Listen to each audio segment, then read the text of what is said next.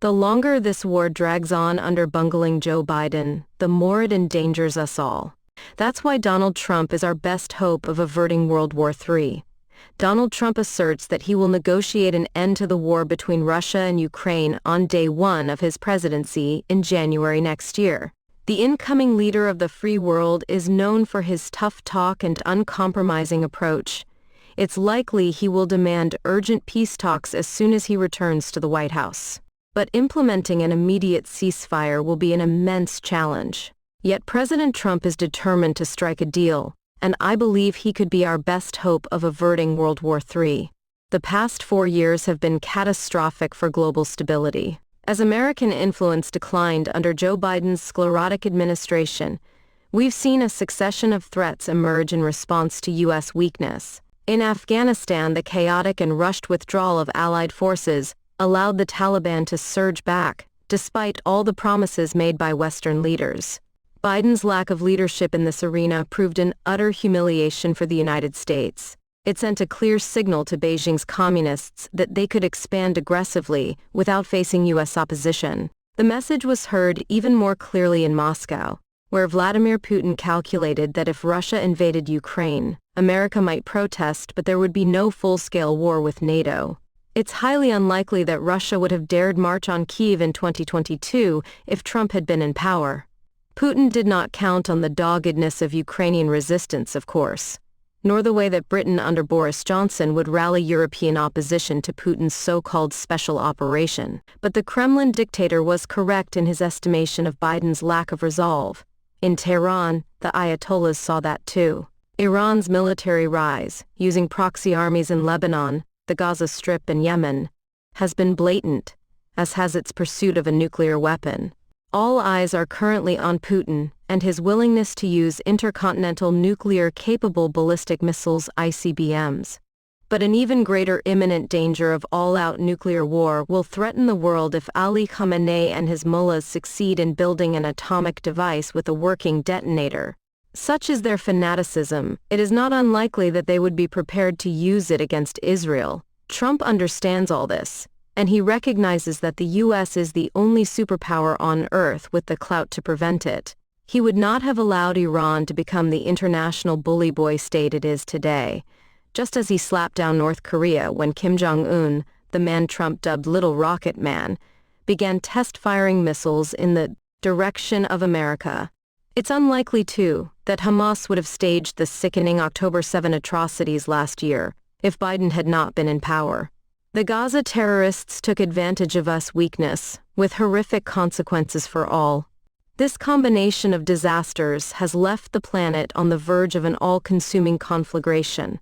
Right now, Biden's extremely high-risk decision to allow us-made long-range weapons to be fired into Russia by Ukraine's defenders has been met with a new wave of Russian aggression.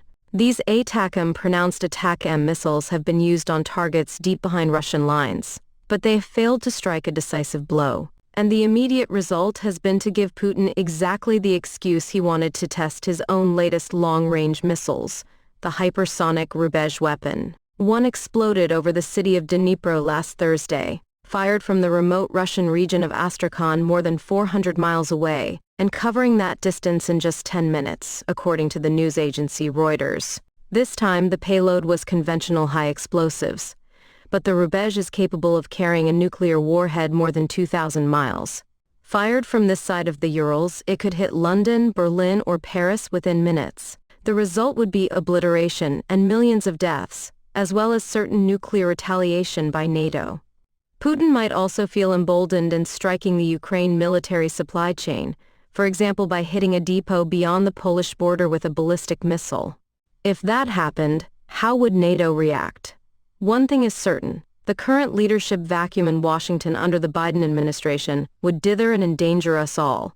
What advantage Biden saw in using ATACMS missiles so late in the day is difficult to fathom.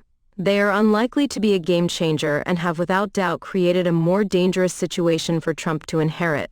The truth is that throughout the Ukraine war we've seen little real strategic thinking from Biden and his advisors. It is a bumbling, clueless administration.